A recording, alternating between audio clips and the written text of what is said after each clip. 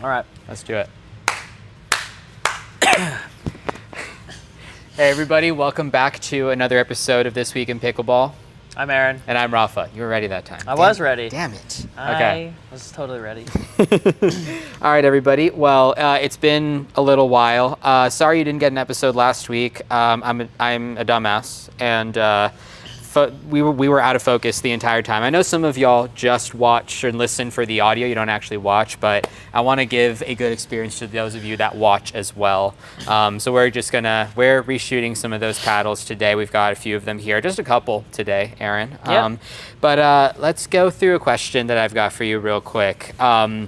Just based off of, we've been trying a lot of really good paddles recently, it feels like, and the number one question I feel like I get when somebody's asking for a paddle recommendation is kind of what paddle will give me the most bang for my buck.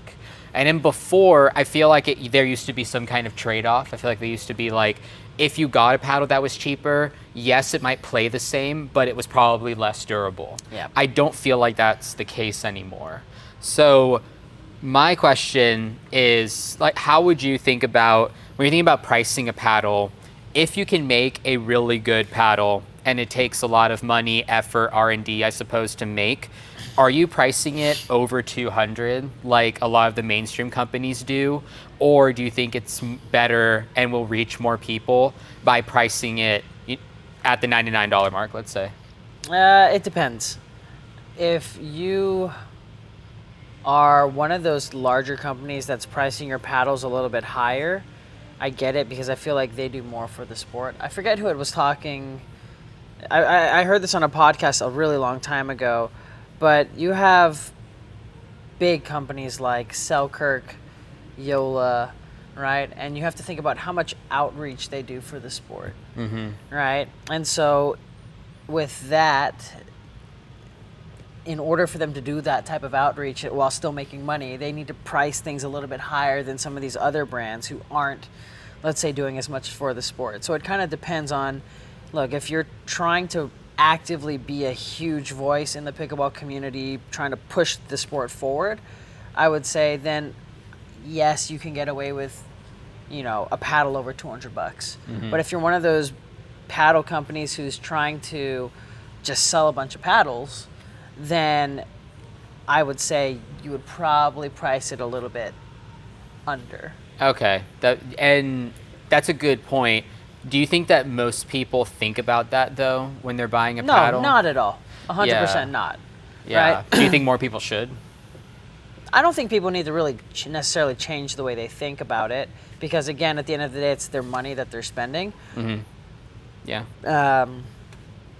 But it is always nice when a paddle comes out and it's affordable and it's easy to recommend. Yes. Yeah, I agree. Yeah, it's definitely, I find it getting harder and harder to really recommend a paddle probably over 220 at this point, just because, again, paddles are not just getting better at cheaper price points, but they're getting more durable. That used to be, for me, the main thing that... It actually, to me, what it seems like is the Gen 3 paddles that are above the 250 mark are actually some of the ones that are the least durable. Yes.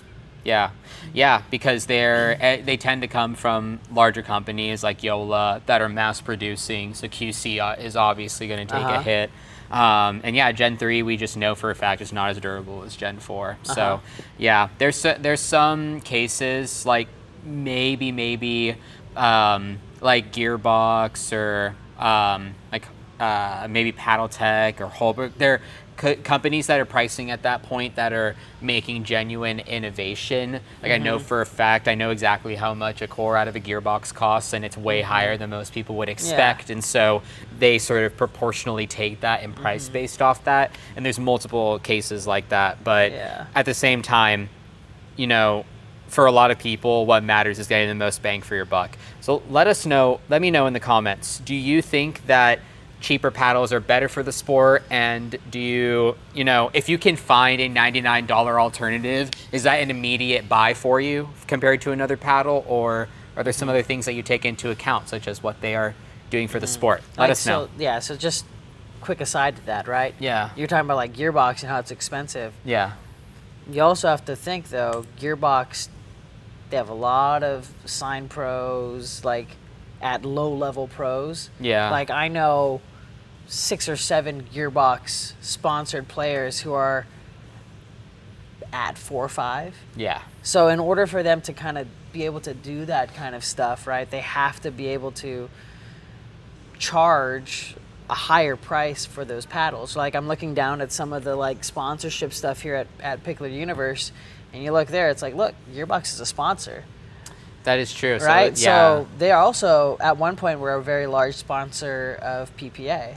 Yeah. So now they're, now they're APP. APP. Yeah. So it's, I think that's just one of those companies where it's like, oh yeah, it makes sense why their stuff is so expensive. Plus, supposedly the durability and all of that stuff is there. Yeah, yeah. And I'm looking at that sign, Revelin too. I mean, Revelin paddles are over 200, but they're another company. Again, they're making more innovation in terms of face materials, biodegradable materials, which is cool. While I don't personally love how their paddles play, again, it costs Innovation, money. yeah. R&D it costs money for the R&D, plus being able to provide sponsorship and trying to push grassroots stuff. Grassroots and trying to push the sport forward. Yeah, I didn't think about that at all. That's a good point. But yeah, let us know. Does that stuff matter to you, or do you just want to find the cheapest paddle that plays the best? There's no wrong answer, in my opinion. There's no wrong answer. Okay, Aaron, let's go ahead and start here. So we're going to start with the somewhat recently announced at this point DIADEM BLUCOREs. You liked the pro versions more. So. What we've got here is an update to the BLUCORE lineup from DIADEM. Again, it's called the Edge BLUCORE.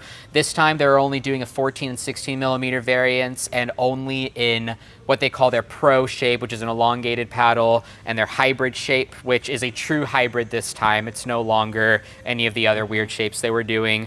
So no 19 mil, no wide body shape, at least so far. In terms of innovation or rather difference on these compared to the original BLUCORE, you've got the 18K carbon fiber weave, which gives that sort of triaxial, looks like 3D cubes on the face if you guys can't see it from that far.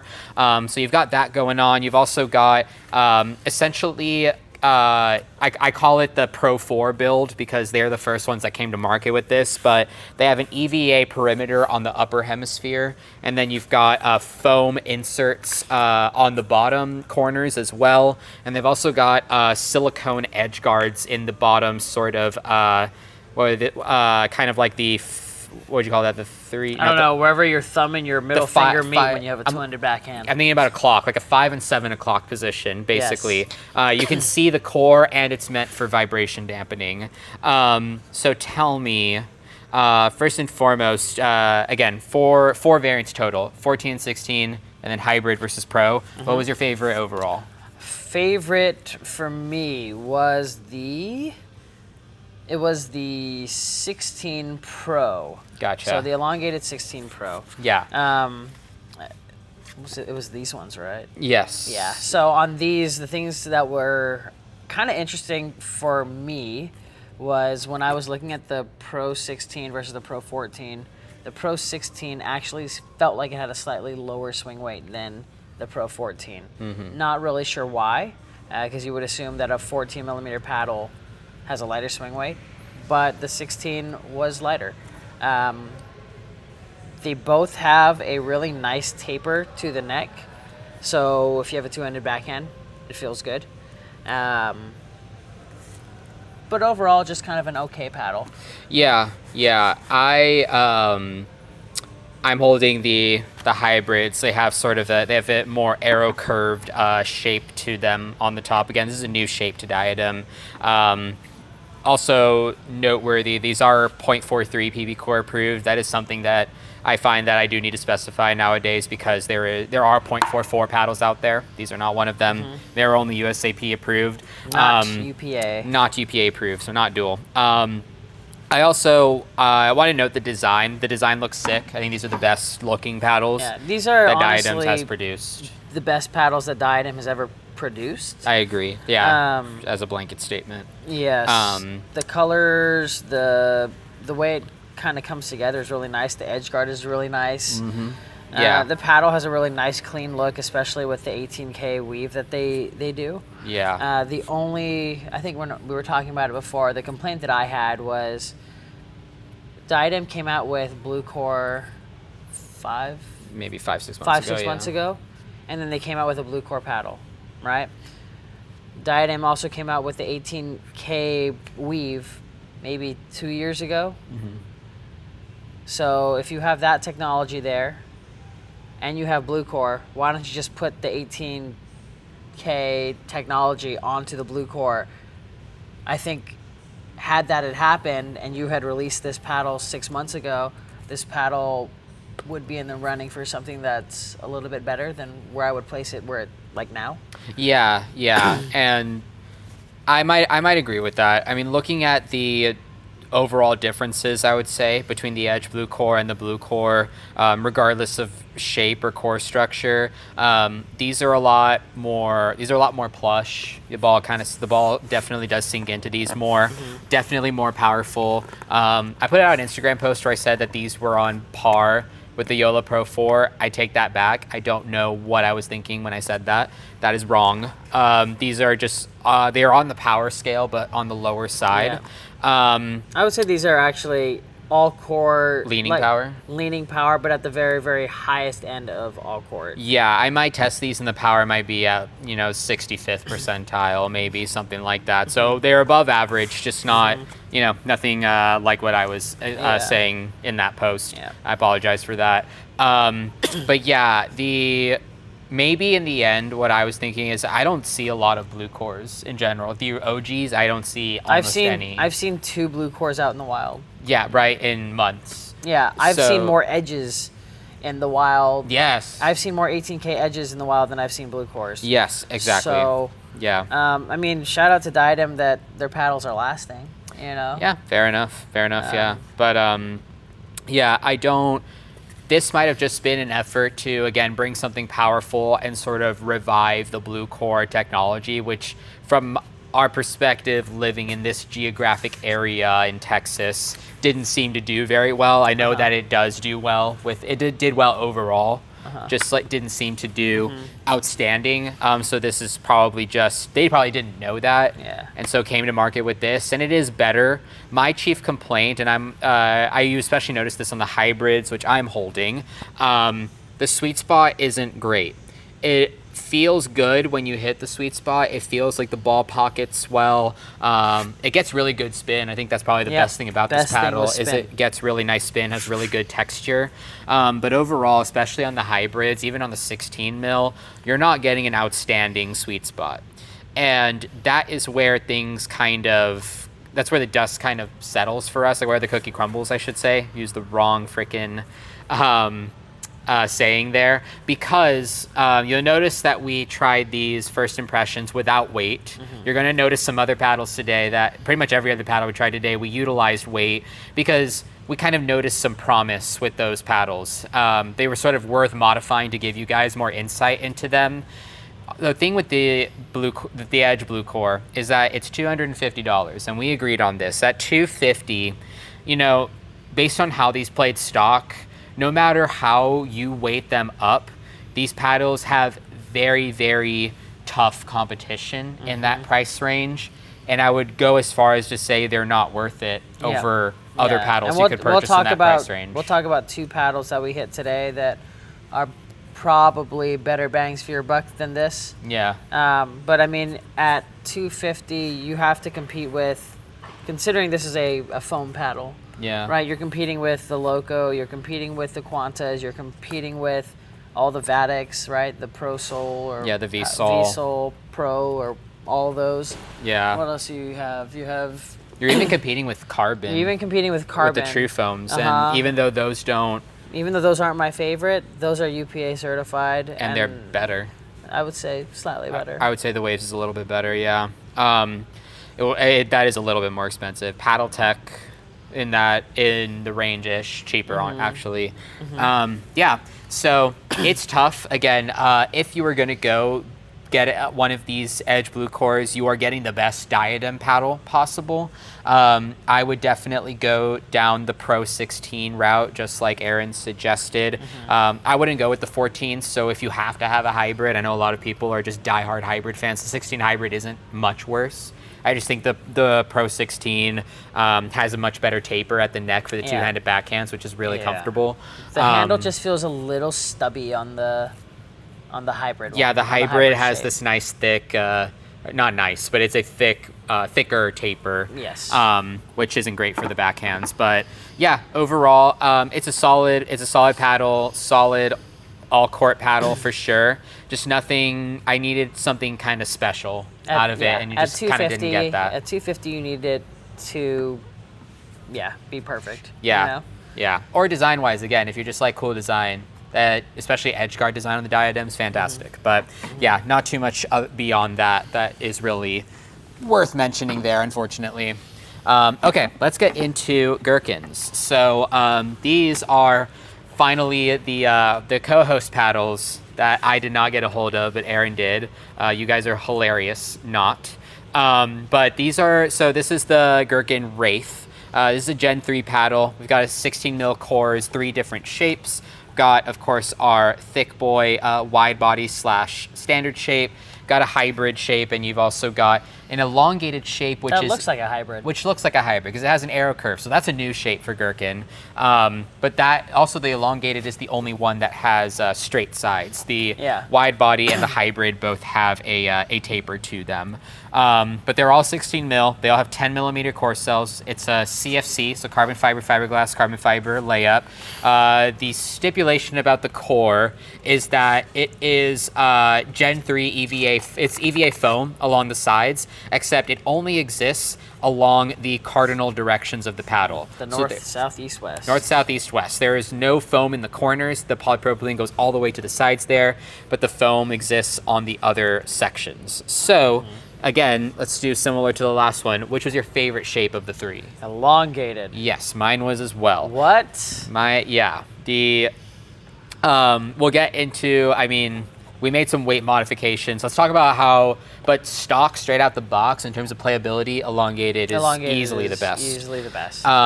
What are, tell me some characteristics that you liked about these. They hit pretty hard. Yeah, these hit harder than the BLUCOREs. Yes, the Edge BLUCORE. These hit harder than the BLUCOREs. They also have really good texture. Yes. So they're pretty gritty. The one thing that I didn't like was the grip, but we've talked about that multiple times. So they fixed it a little bit where the bump that they had additionally near the pinky finger area, near the butt cap, was like extra bumpy, I guess. Yeah. They said they got rid of it. I still feel it a little bit on these paddles, but I unwrapped the stock grip and then put on two overgrips, and it made it a little bit better. Yeah. But these are honestly, the more I hit these, the more I like them. Yeah, I was just telling you earlier, again, we did throw some weight on we shot first impressions last week in the messed up footage, so we already had pretty decent feedback for them at that time. I think these are again, they're not as plush as the floating core Gen 3s that go all the way around. They are a bit firmer in that regard, so they don't necessarily pocket the ball super well, but the sweet spot size felt really great. Yeah, they honestly all 3 of them have pretty good sweet spots. Yeah, surprisingly. I would say even for this elongated one without any weight, right? It was pretty substantial. Yeah, I would say the only place I really feel dead spots, and I do feel that across the lineup, is at the top. The very top. If you guys remember the notorious sort of top end dead spots on the carbon true foams, these have something very similar to that. It's where the sweet spot is the least forgiving. But that's also right where the edge foam, indentation is supposed to be. So you would think, that it wouldn't have that, but it does. Yeah. So it's an interesting point. But outside of that, these played he's played very nicely. They played easy to feel the ball. I think the wider cell diameter than average makes that happen. I really enjoying sort of, if you're going to make a polypropylene paddle, I think 10 millimeter core cells plus is the way to go at this point. Just because when you're making a power paddle, you need to be able to feel the ball. If you can't feel the ball, you're not going to gauge where your shots are going. I would say these lean more very low end of power. Yes, right? low end of power. They more power than like on a full swing. I feel like these are more power than true foam. Yes. Yeah. I would agree. They're at least on par with the waves, like a broken in waves. Yes. But yeah, they felt very solid. For me, my personal weight recommendations would be on the wide body, which we did like the least of the three, but was made significantly better by this weight setup. I did 6 grams either side, kind of starting at the roughly maybe 730 and 530 positions, and just went up from there. 6 grams of the new formulation of BODHI tape, which we'll talk about in a moment. And then on the hybrid, which you did not love this setup, to be fair, but for me, I went 4 grams starting in the same spot as the wide body up the sides, and I also did 2 grams in the top corners. So I don't think it's a coincidence that I felt the need to add weight in the corners where the foam isn't. These made the paddles for me play better. But I think the best thing about them, first and foremost, the design is sick.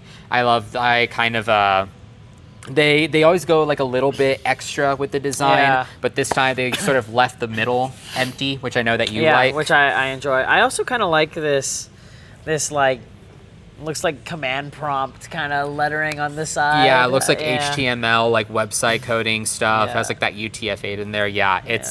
It's cool. I like little, like as a tech nerd, having the little techie things there, it feels cool. But the best thing about these is that they're 135. Yeah. They're 135 retail, so even lower with discount code. 121, I think. 121 with discount code. That is a great deal for how these play. It really is. I would definitely recommend this paddle. Yeah. The only thing that I would say is that like these are still more expensive than the LUZZ Cannon. Yeah.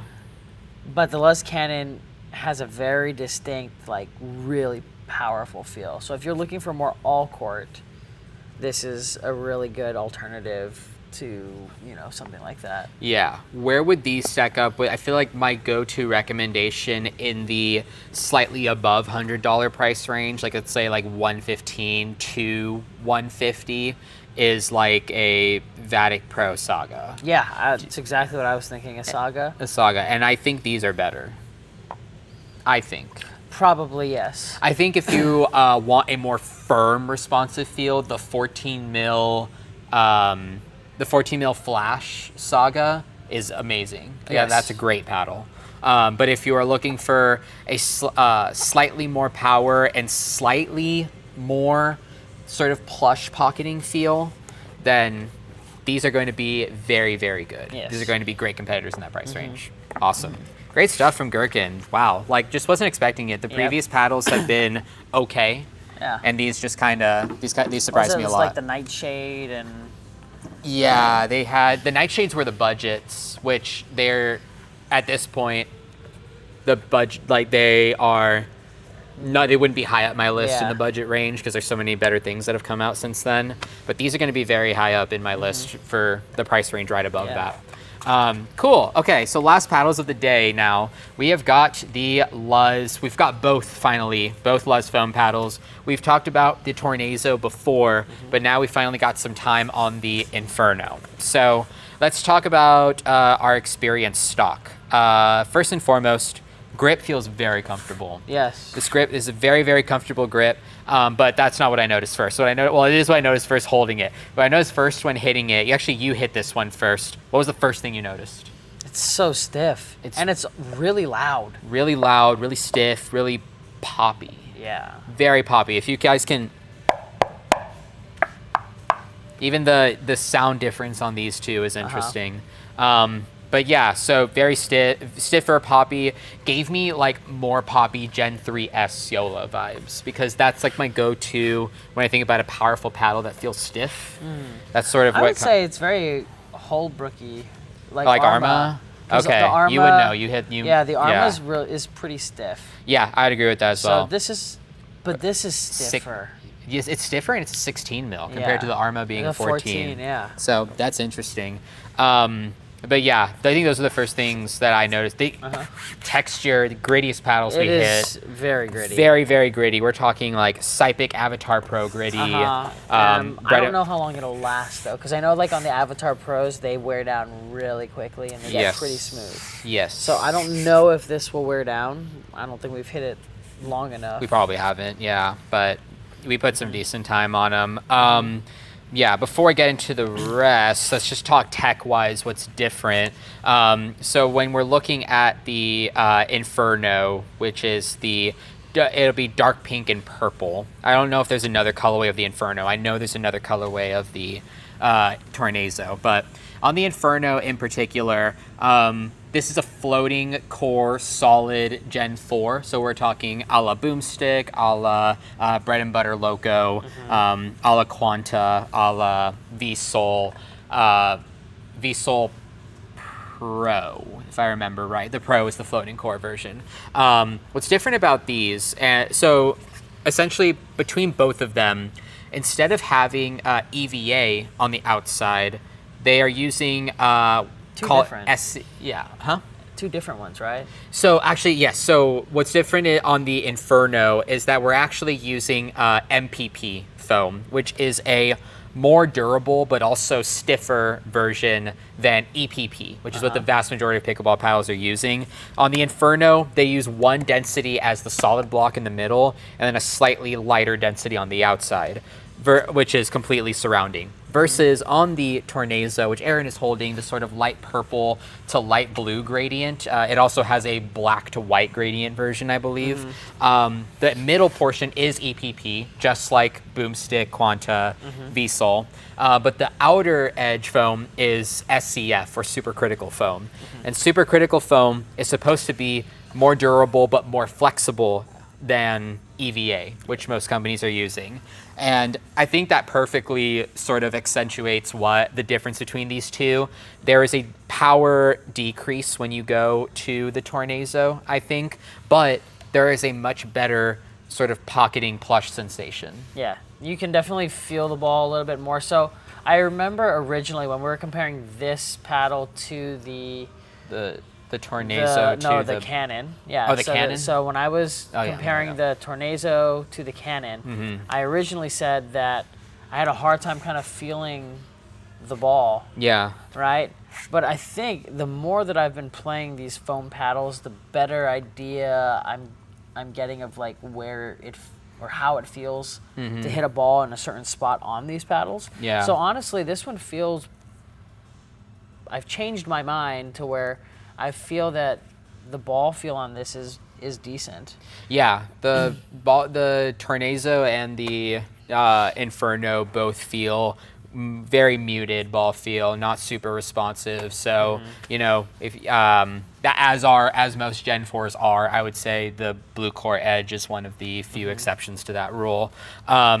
But yeah, you're absolutely right. I think that is most likely a function of us hitting foam paddles for more time. I know you put a lot of time on the Loco recently.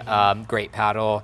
The This is super similar to the Loco. It is similar. They sound almost identical. So I was bouncing a ball side by side, and the pitch, very similar. Yeah, that's very true. It's because they're constructed very similarly. I mean, it was pretty much everything except for being supercritical foam in the Tornazo versus there being EVA foam in the Loco. They're pretty similar. Yeah. I also, for some reason, feel like the sweet spot is more forgiving side to side on the Tornazo as opposed to the Loco. But I mean, 3 and 9 position on the Loco. We're speaking specifically to the Loco elongated, but yes. Putting money. I know you don't like weighting up your paddles. If you put 3 and 9 weight on the Loco elongated, it goes loco. Yeah, it already goes loco. It already does on its own for sure. I weighted up these paddles again after our first impression.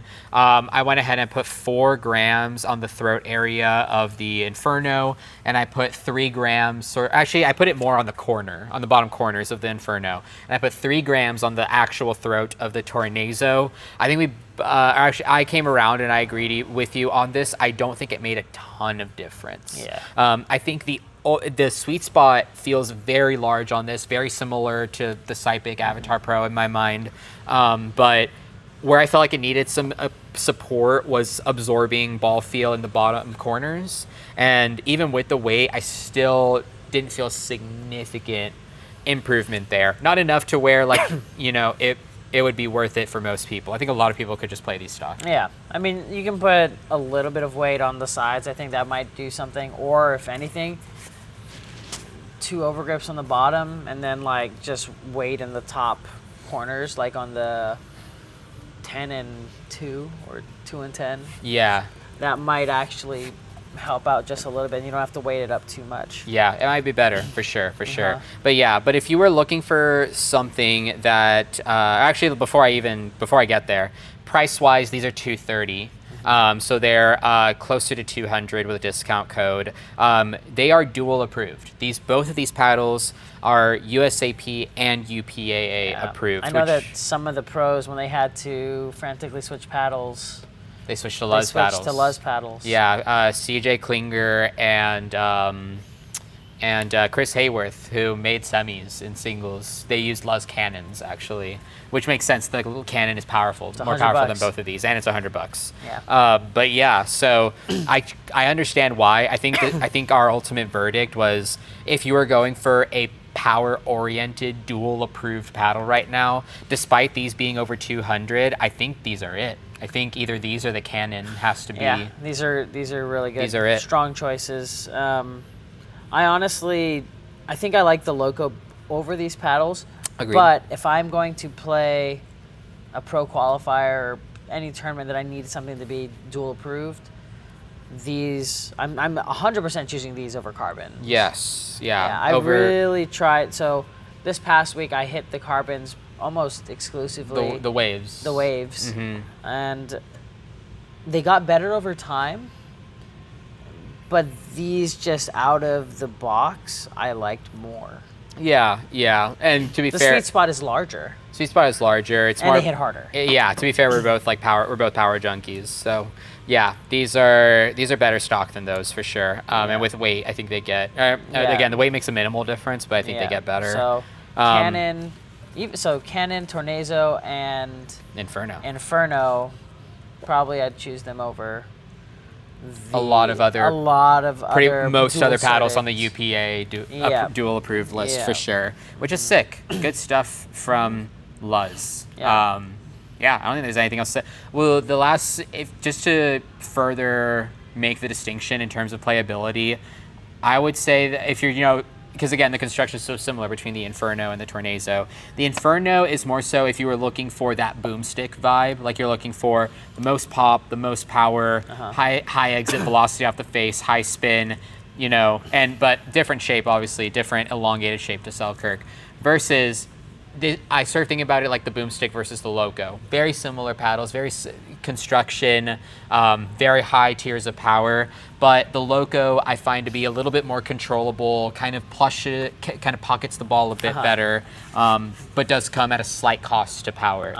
Slight cost. It's also not UPA. It's also not, but again, just thinking about like the masses. Performance. Oh, okay, performance. Yeah. Performance-wise, the Inferno is to the boomstick as the Tornazo is to the Loco. So if that helps anybody with that distinction, I hope it does. Yeah. Cool. All right. Well, that's paddles for today. Let's talk about what we're donning today. So me and Aaron are both donning some performance merch from Centerline. Shout out to them. We've got their performance tees as well as their 7-inch inseam shorts. I played a singles tournament with this shirt. You also been playing and coaching in this apparel. Yeah. How does it compare to the stuff you typically wear? Honestly, the shirt, when I first put it on, I thought it was one of the most comfortable shirts I've ever worn. Yeah. It is so soft, super breathable. The only complaint that I have is that I'm short.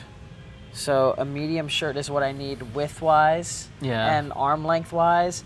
But like height-wise, I need it like a little shorter. So that was one. And then the other one would be like, if you're a big sweater, these things don't absorb that much. Like they absorb too much. They absorb too much, and so you're just gonna be like a slopping sweat monster on the court, and they don't dry that quickly when they're that wet. Yeah, I think so. What I discovered, because I had the exact same experience. I mean, I don't typically play singles. I'm a bigger guy. You know, for me, I'm wearing a large. It's a pretty. This is pretty true to, you know, the size that I wear, even from my torso, which I have a slightly longer torso. But in any case, what I found was that these shirts they're very compact. They're extremely lightweight. They're, like you said, they're so thin. One of my favorite things about apparel is when you can forget that you're wearing it, and you can wear this and forget that you're wearing a shirt. Yeah. But like you said, I'm a big sweater, and so these absorb so much sweat, and I think the reason it sticks to your body. The reason why they don't dry quickly is because they stick to you. So when they stick to you and your body is constantly sweating, they're just never going to dry. Versus what I did was, if you sweat in this shirt and you have like a couple of minutes between games where you can take it off for a moment and wring it out, it dries so maybe if you have to, it dries so much faster. Yeah. So this was definitely a point that they made to me when I hopped on a call with them, is that these dry quickly. A caveat: they only dry quickly if you have a moment to like take them off. Yeah. I will say, or you're not a huge sweater. Or you're not a huge sweater. If you're not a huge sweater, these shirts are phenomenal. Yeah. But when it comes to the shorts, first and foremost, when Centerline, if you're watching this, make a 5-inch inseam. Yeah. The 7-inch inseams are the only inseam availability they have right now. They feel pretty long. They're just like longer than I personally prefer. Yeah. To me, they feel more like an 8-inch inseam. Yeah, something up there, 8 or 9. I would like it to go a little bit more above my knee. Yeah. When you guys make a 5-inch inseam, call us. If you make a 3-inch inseam, call Lewis. But 5-inch inseam, you call us. Yeah. I think they could also be a little bit thinner. Thinner, maybe. Yeah. What I enjoyed about these shorts, which is something I didn't appreciate until I really thought about it, was they have a strip of material that go under the pockets, and that is a material like on the outside of the short.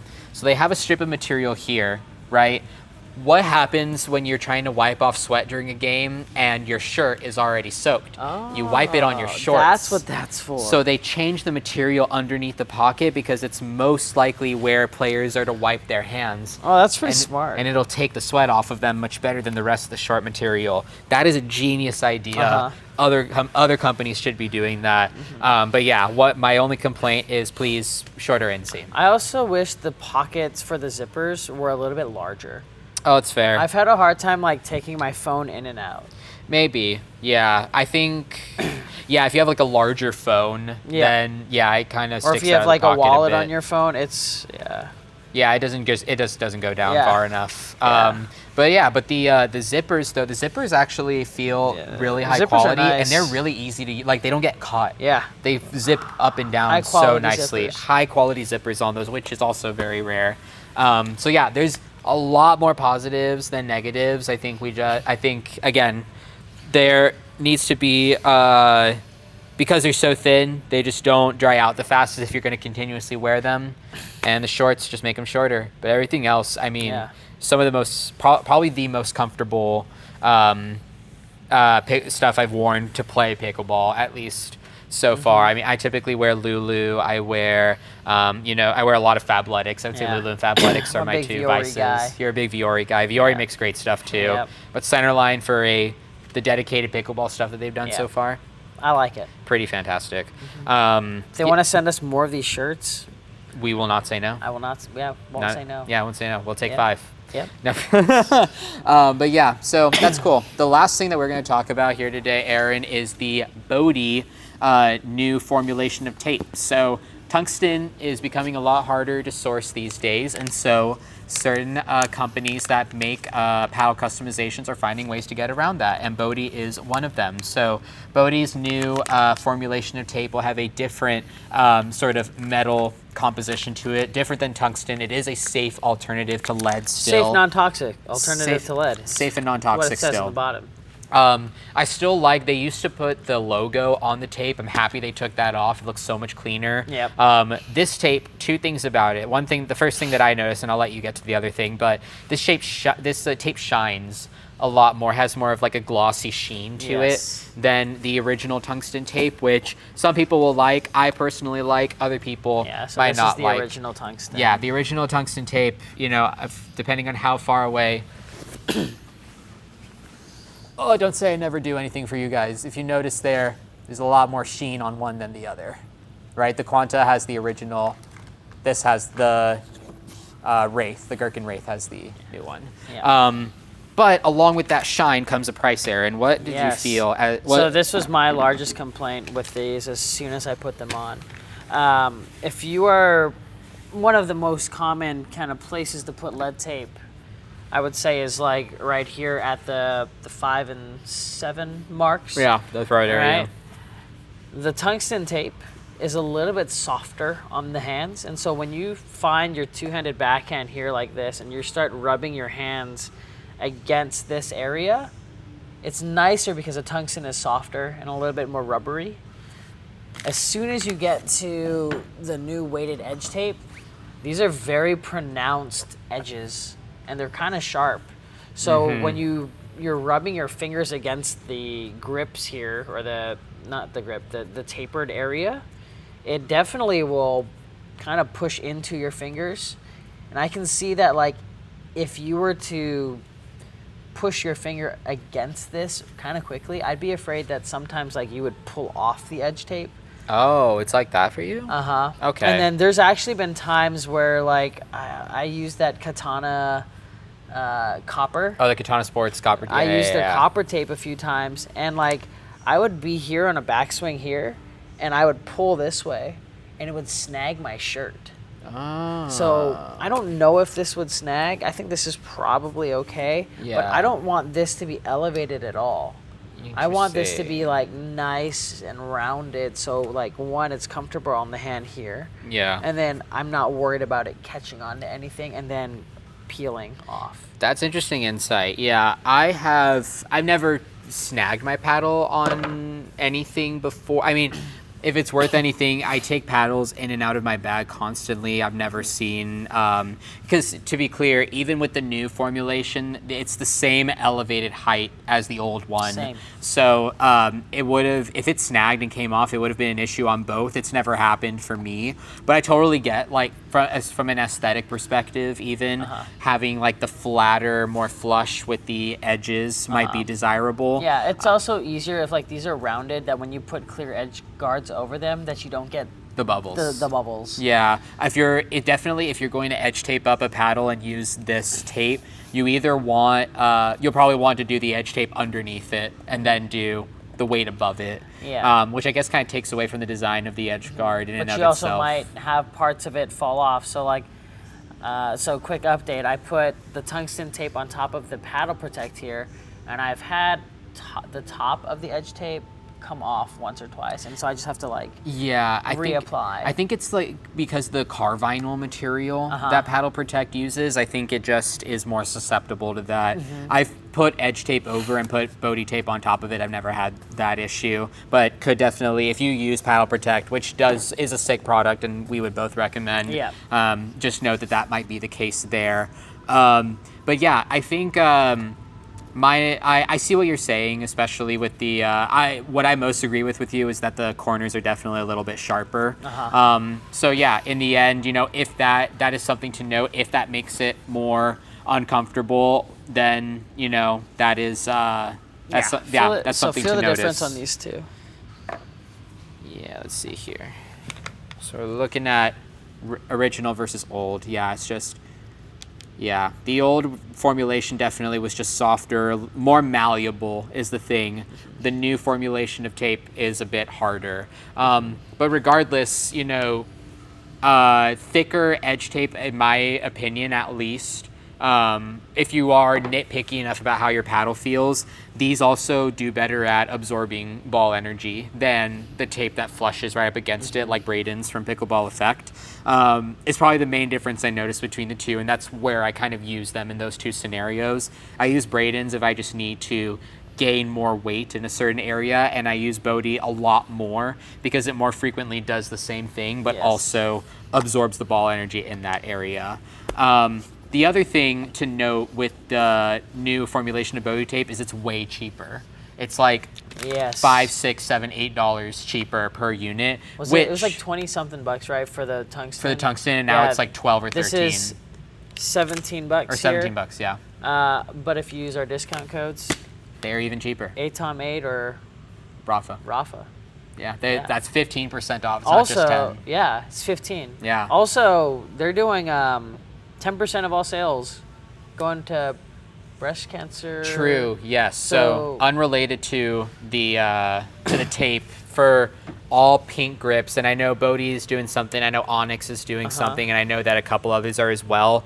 But if you buy any pink products here, find one of these companies that is donating proceeds to breast cancer research and causes and things like that. It's very important. My grandmother is a breast cancer survivor, so it's a cause that's near and dear to my heart. I'll be wearing pink at the Whataburgers tournament that they're going to host here at Pickler Universe this coming weekend, where we are recording. So yeah, this is a good month. Go find those breast cancer awareness deals. Go pink. Pink is the manliest color. It is. Pink is the mark of a Real true men man. wear pink. Real men wear pink. Or on Wednesdays we wear pink. Yeah, even on Wednesdays as well. We also wear pink. Yeah. But yeah, I'm all for it, despite the difference in feel. I'm all for the tape getting cheaper because I use so much of it. I do too. Yeah. Right. I mean, you and I both have 50 something plus, if not more, and we try to weight up all these so we can figure out which ones are actually worth weighting up, you know, and it's just like I can't take the tape off of an old paddle. Yeah. Stick it back on. Yeah, or you could, but it would suck. Yeah. We don't want to do that. Right, you think about that, right? You have one whole roll of tape here, and we have 3 GHERKIN paddles and 4 DIADEM paddles. That whole roll of tape is gone. Yeah, exactly. Exactly. So. Yeah, so all for this getting cheaper. Yeah. So more good stuff from BODHI per usual. Always doing good stuff. Yeah. But yeah. Alrighty, I think that wraps it up. So thank you guys so much for watching. Let us know in the comments as well. Do you prefer the first impressions with and without tape, or do you want to only see it with tape or only stock? Let us know, because we know there's a lot of you that either raw dog your paddle or modify it a lot. So we will see. Just let us know. So again, make sure you're liking, subscribing, commenting down below, following Aaron on socials, following me on socials per usual. That's all in the description. Discount links are all in the description as well. With that said, stay happy, stay healthy, and we'll see you guys very, very soon. Peace. You forgot to say play more pickleball. No, I didn't. I changed the outro. Oh, you did? Yeah. Okay. Oh, not bad. Now I got to go eat these wings. Oh, yeah, the wings. Are you going to do a review on the LUZZ? Yeah, I will. On both?